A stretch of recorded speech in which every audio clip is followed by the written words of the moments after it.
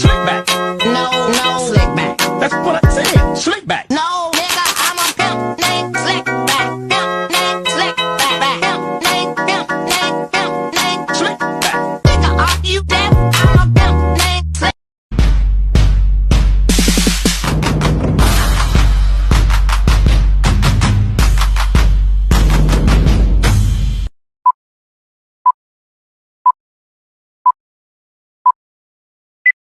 Iya, Kris.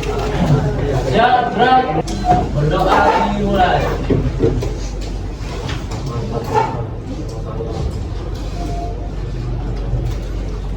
Berdoa selesai. Ucapkan salam. Assalamualaikum warahmatullahi wabarakatuh. Selamat pagi semuanya. Pagi, Bu. Pagi, Pak. Gimana kabarnya hari ini? Alhamdulillah. Sehat? Aku absen dulu ya. Andre, Adil, Bu. Andina, Sakit. Aulia Putri, Diva Duya Zara, Dona Firista, Fadila Fauzan, Faizi Arfan, Gabriel, Ilham, Kandidat Ilham, Kandidat Ilham, Ada latihan kemarin latihan sakit. Kezia, Maharani, hadir Bu. Maicaro, hadir Bu. Embagas, Hafiz, Krisna, Adil, Bu. Rizky Fetiansa, Zaki, Nadira, hadir Bu. Naila, hadir Bu. Naila Duita, hadir Bu.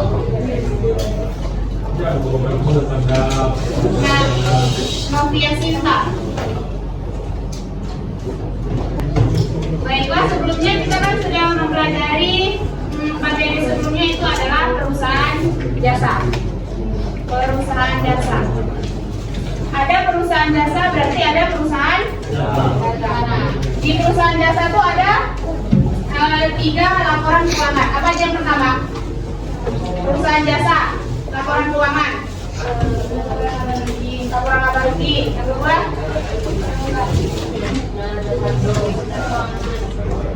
Laporan perubahan ekuitas. Yang ketiga, laporan posisi keuangan. Nah, sekarang kita masuk ke perusahaan dagang. Apa sih perusahaan dagang itu? Siapa yang tahu perusahaan dagang? Saya tidak. Perusahaan dagang. Angkat tangan. Siapa yang tahu perusahaan dagang? Perusahaan dagang. Perusahaan dagang. Perusahaan jasa, perusahaan dagang. Menjalankan aktivitas barang. Ya, Jual belikan barang. ya. Nah, perusahaan dagang itu adalah perusahaan yang bermain di barang, menjual belikan barang tanpa mengubah bentuknya. Jadi dia nggak mengubah bentuk. Kalau misalkan kita beli laptop, nah laptop tuh nggak diubah lagi bentuknya, memang sudah jadi. Karakteristik perusahaan dagang. Perusahaan dagang. Perusahaan dagang adalah perusahaan yang kegiatan utamanya membeli barang dari pemasok dan menjual lagi ke konsumen tanpa mengubah wujud barangnya. Contohnya seperti apa?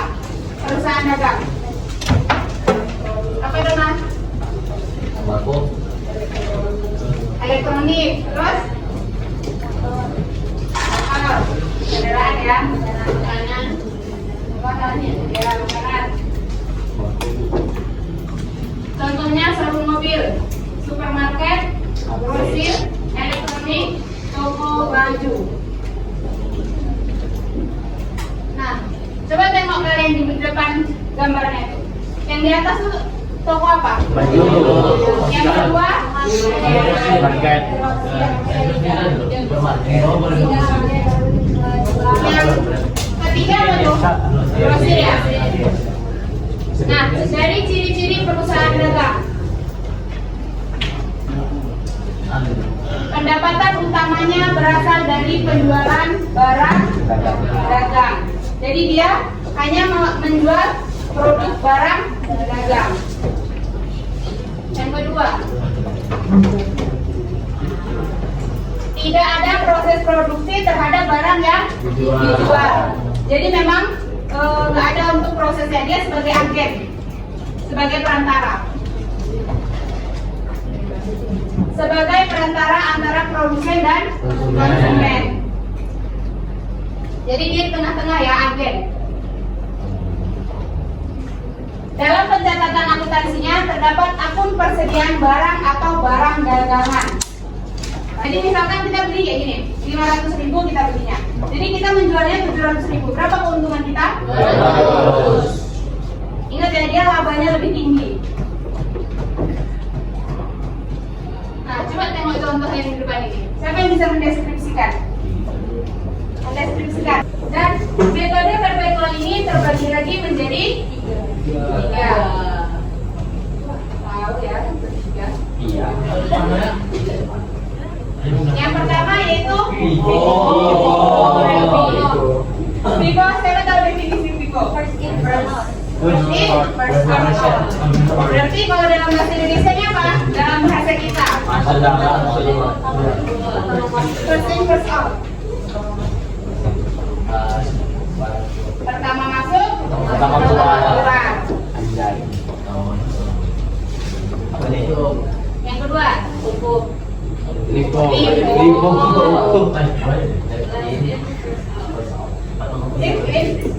Lipo.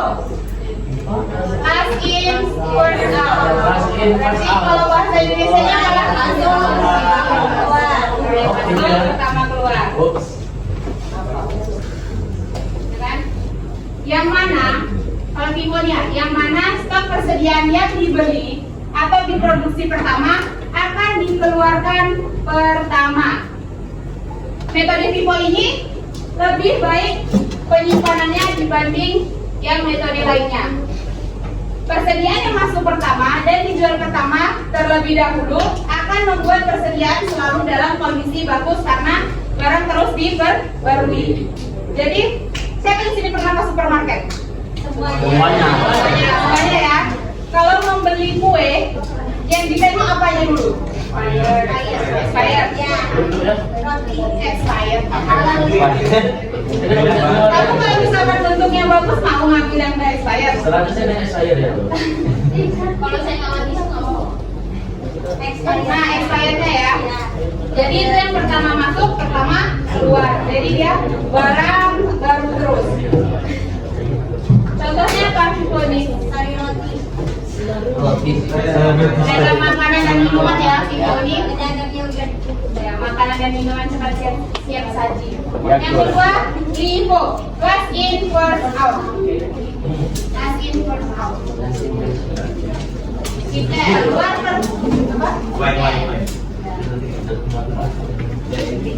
Terakhir masuk, keluar pertama. Metode ini dilakukan dengan cara barang yang terakhir masuk ke gudang adalah barang yang pertama yang akan keluar dari gudang untuk dijual.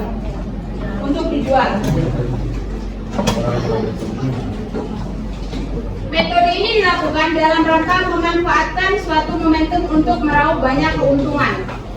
Seperti apa ini metode Vivo? Barang asli. Pakaian masuk nggak? Elektronik. Grosir. Makanan kan Vivo ini aja.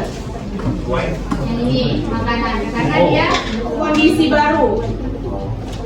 Tengok expirednya. Expired yang lebih lama kamu yang itu yang kamu beli. Average, rata-rata tertimbang. Metode rata timbang ini hanya terfokus pada ketersediaan stok barang yang ada di gudang penyimpanan, tanpa memperhatikan stok mana yang masuk pertama dan mana yang keluar, yang masuk terakhir dalam pencatatan persediaan. Jadi dia random. Jadi dia kalau misalkan itu, walaupun itu barang pertama yang masuk atau barang yang keluar pertama, itu pokoknya random. Ini kombinasi dari FIFO dan LIFO. Jadi dia acak secara acak.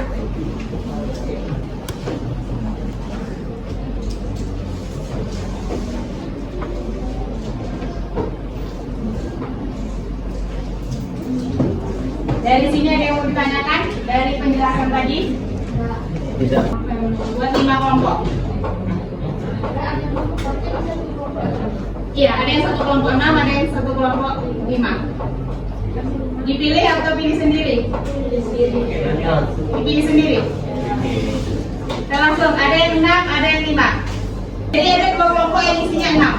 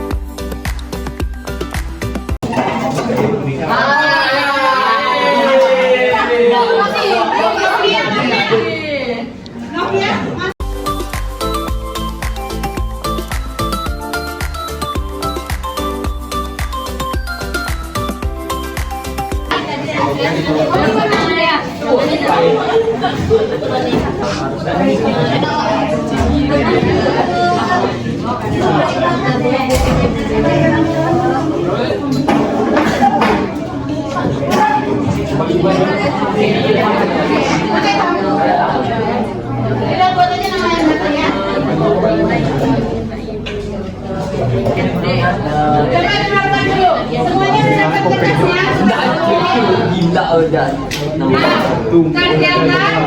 Kerjakan dulu selama 25 menit atau 20 menit. 35 kali. Banyak berceritanya kalian, kan udah dijelaskan. Apa yang ibu taruh di situ? Ada yang dijelaskan dari itu. Ya, kerjakan semuanya. Kerjakan.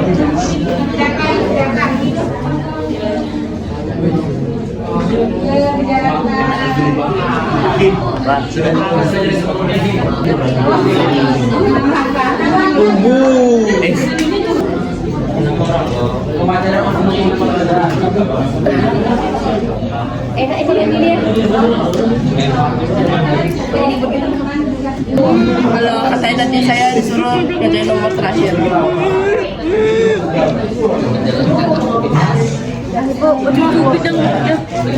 Kalau kami sudah mengerjakan. Ibu.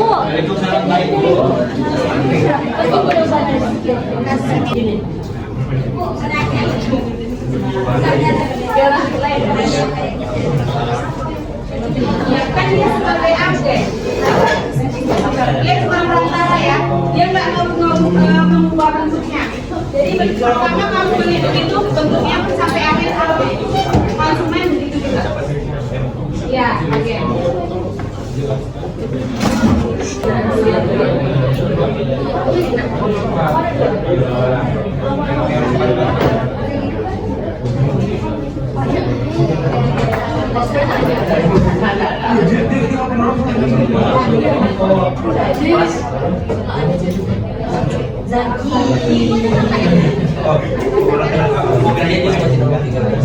Memang jalannya Jaki. Kenapa yang ngomong suka Jaki? Siapa Jaki yang kamu tahu ya? Hah? Panggilannya siapa? Naila.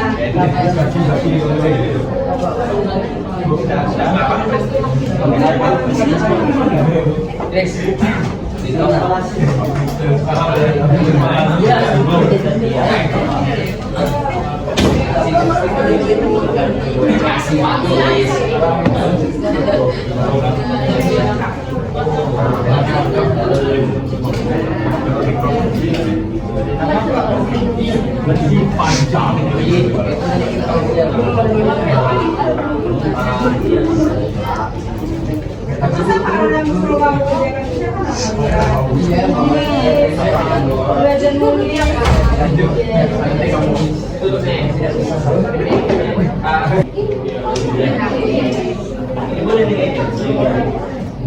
Buka internet yang lain.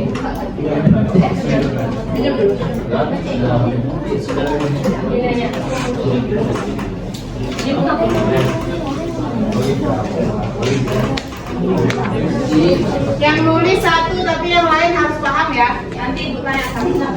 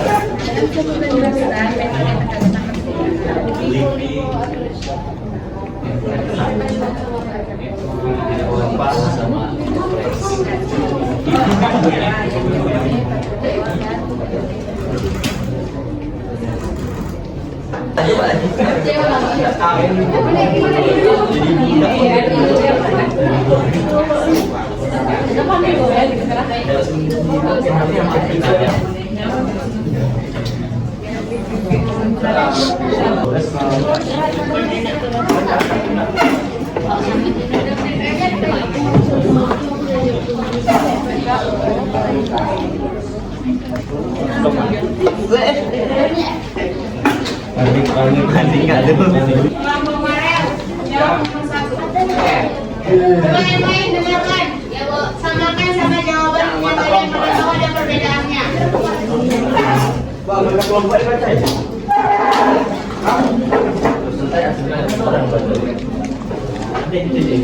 Assalamualaikum warahmatullahi wabarakatuh. Waalaikumsalam warahmatullahi wabarakatuh. Soal nomor 1, jelaskan pengertian perusahaan dagang. Perusahaan dagang adalah bisnis yang bergerak dalam kegiatan jual beli barang atau jasa dengan tujuan memperoleh keuntungan. Tuh. Ada yang lain? Ada kelompok lain? Ada yang lain?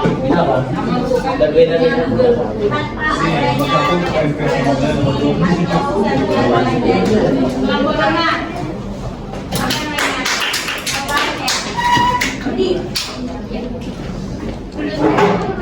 Masih ada ya? Siapa kelompok tengah selanjutnya? Aktivitas itu menjual dan membeli barang tapi tanpa melakukan produksi dari barang tersebut. Jadi dia menjual dan membeli barang yang dari produksi. Ada yang lain? Kelompok lain? Setiap kelompok memerlukan KPI-nya.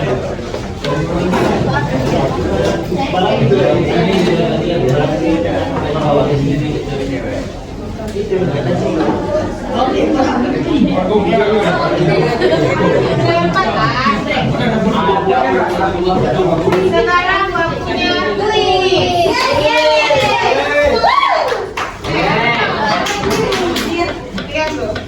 Ada benar.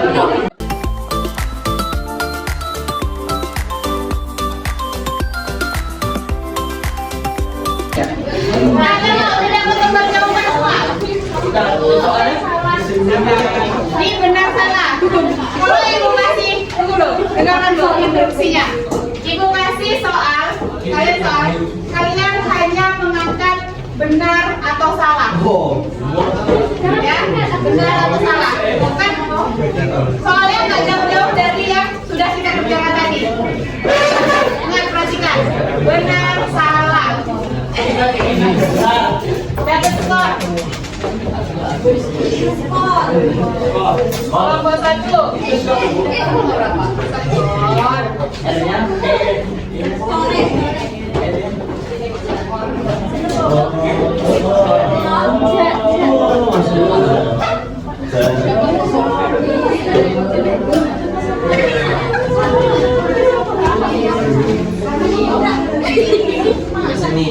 Kelompok 1, kelompok 2, kelompok 3, kelompok 4, kelompok 5, kelompok 6. Ini 3 dulu. Ya. Ya, 3. Ingat kelompok masing-masing ya.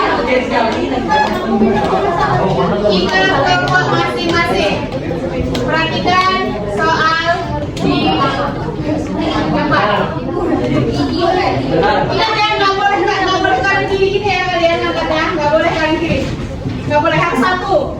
Yang tinggi, yang tinggi. Perusahaan yang kegiatannya menjual dan membeli barang tanpa mengubah bentuknya, pernyataan ini adalah pengertian dari perusahaan dagang. Satu tiga. Metode perhitungan persediaan barang dilakukan secara melihat fisik barangnya. Ini adalah pengertian dari metode perpetual. Benar atau salah? Stop.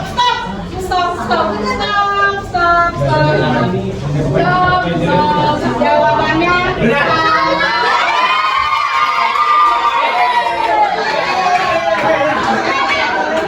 Ingat kamu benar ada jawabnya. Saya nggak bisa.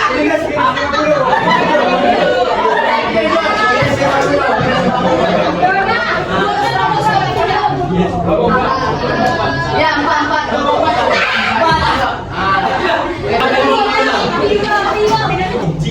Siapa yang dapat menyimpulkan?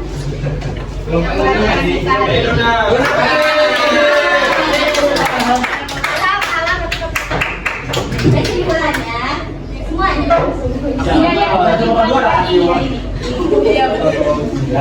kesimpulannya kita telah mempelajari tentang pengertian itu ciri-ciri dan juga karakteristik dari perusahaan dagang. Terus metode pencatatannya yaitu metode periodik dan perpetual. Ini bagi lagi metode perpetual itu menjadi rapi pada Oke, terima kasih.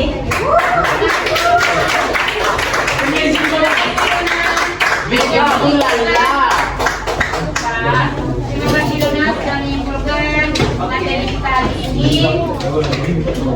Dan selesai pula dari kesimpulan, selesai pula pelajaran kita hari ini.